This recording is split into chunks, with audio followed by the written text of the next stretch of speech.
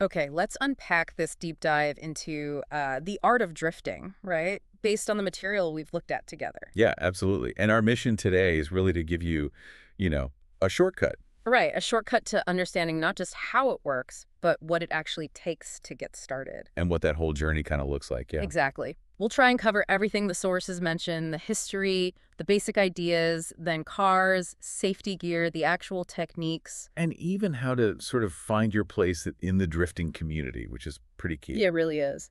And what's really interesting, pulling this from the sources, is how they frame it. Drifting. Hmm.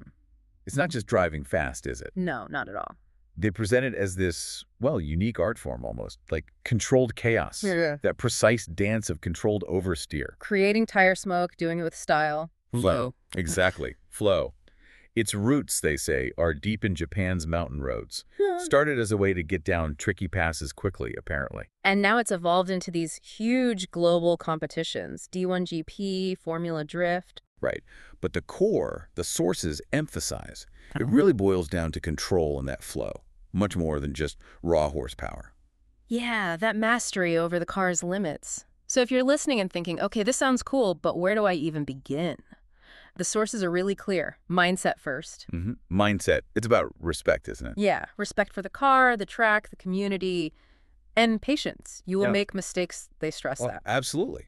And you need commitment to actually learn. Once you've got that foundation, then you think about the car, and the consensus seems pretty solid. Rear-wheel drive. And a manual transmission, that's kind of non-negotiable for learning the basics properly. Right. They highlight some classic starting points, maybe a Nissan 350Z. Or a BMW E36, E46 even. Mazda Miata gets mentioned too. They're forgiving enough when you're starting out. But still capable as you get better. And crucially, you have to think about budget, realistically.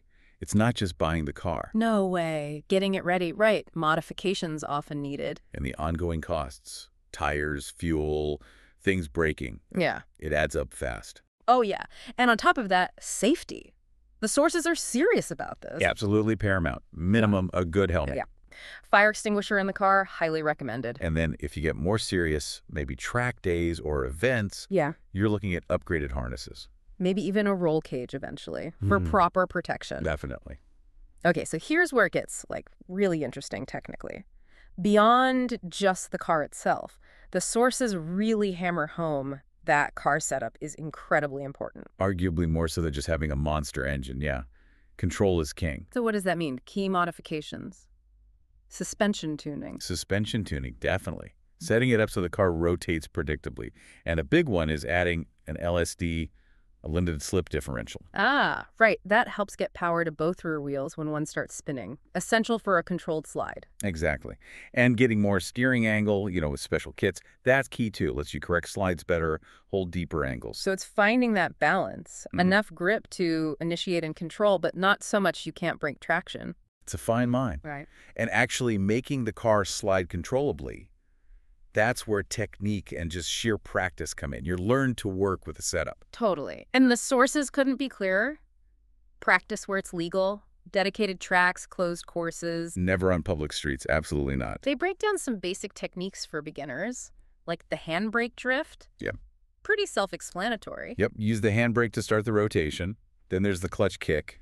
Using the clutch pedal to kind of shock the drivetrain, break traction suddenly. Power over, just using engine power to overwhelm the rear tires. And the feint drift, that Scandinavian flick thing. Yeah, using weight transfer. Turn away slightly, then flick it back into the corner. You will mess these up learning them. Oh, for sure. But the whole point is learning how to recognize what's happening and how to correct those slides. And finally, something the sources really underlined is the community aspect. Drifting seems to have a strong culture.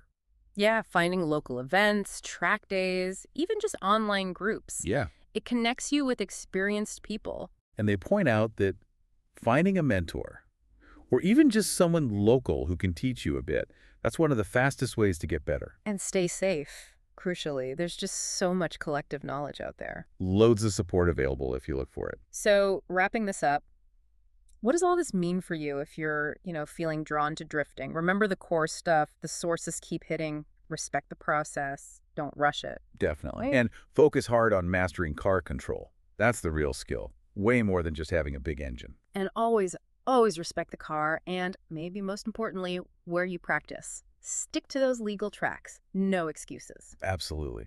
What's really fascinating here is how much all the material emphasizes that community part, finding mentors, learning It together. really makes you think, doesn't it? Yeah, it raises this interesting question to ponder. How fundamentally does learning a complex skill, maybe even a bit dangerous like drifting, Yeah. how does that change when you learn within a dedicated, supportive community? Versus trying to figure it all out completely on your own. Something to definitely chew on as you reflect on this deep dive.